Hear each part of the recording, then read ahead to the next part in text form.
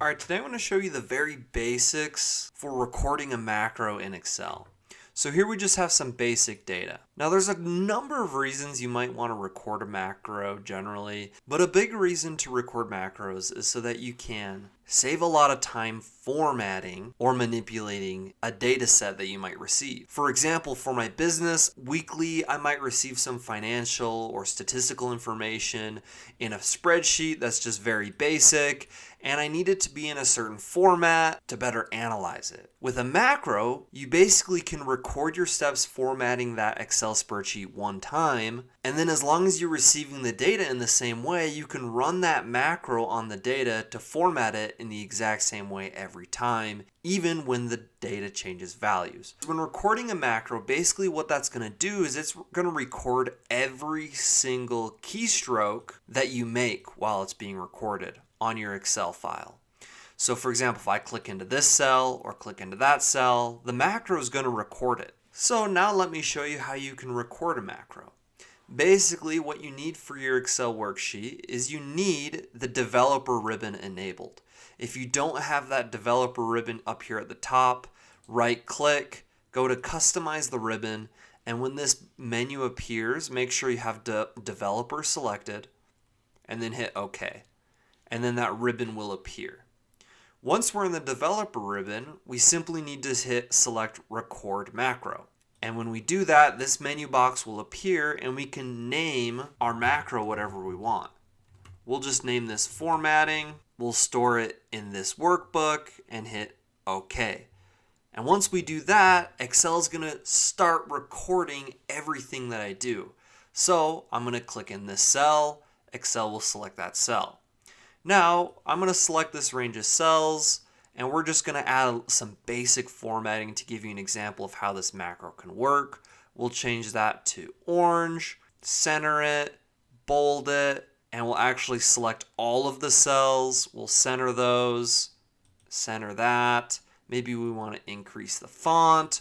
We'll select our headers again, increase the font maybe a little bit more. Maybe we want to expand these columns and we want to make this row a little wider.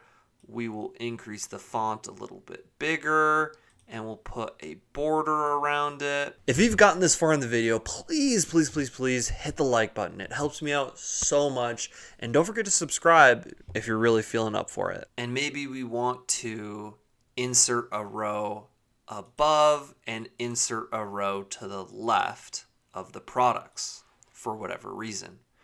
So that's our formatting. This is our macro. Now to end our macro, we'll go to the developer ribbon and we'll hit stop recording, and that will save our macro.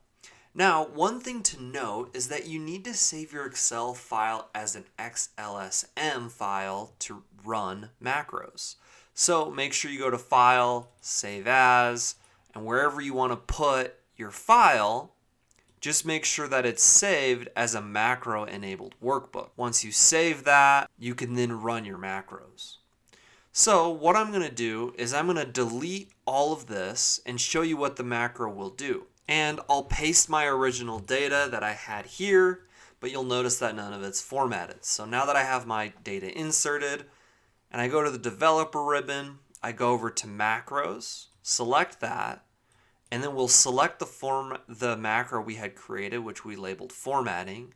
And once we hit run, you'll notice that the data will appear the exact same way we had formatted it originally. So that's kind of the basics of a macro. Basically, it can help you save a lot of time formatting data that you might be getting consistently. Now, one thing to note is that every keystroke you make is recorded. So make sure that before you start recording your macro, you know exactly what you want to do to your Excel file. Another note for macros is that once your macro has been run, you can't undo it. So for example, we pasted that data and we have all of it formatted and our macro has been run. If you'll notice, there's no way for me to undo any actions that macro has done. So once you run the macro, it's kind of final. But there you have it. That's just kind of a basic intro into macros and how you can record them and what you could possibly use them for. So thank you so much for watching. Please don't forget to subscribe. Smash the like button on your way out. Thank you, and just have such a great rest of your day.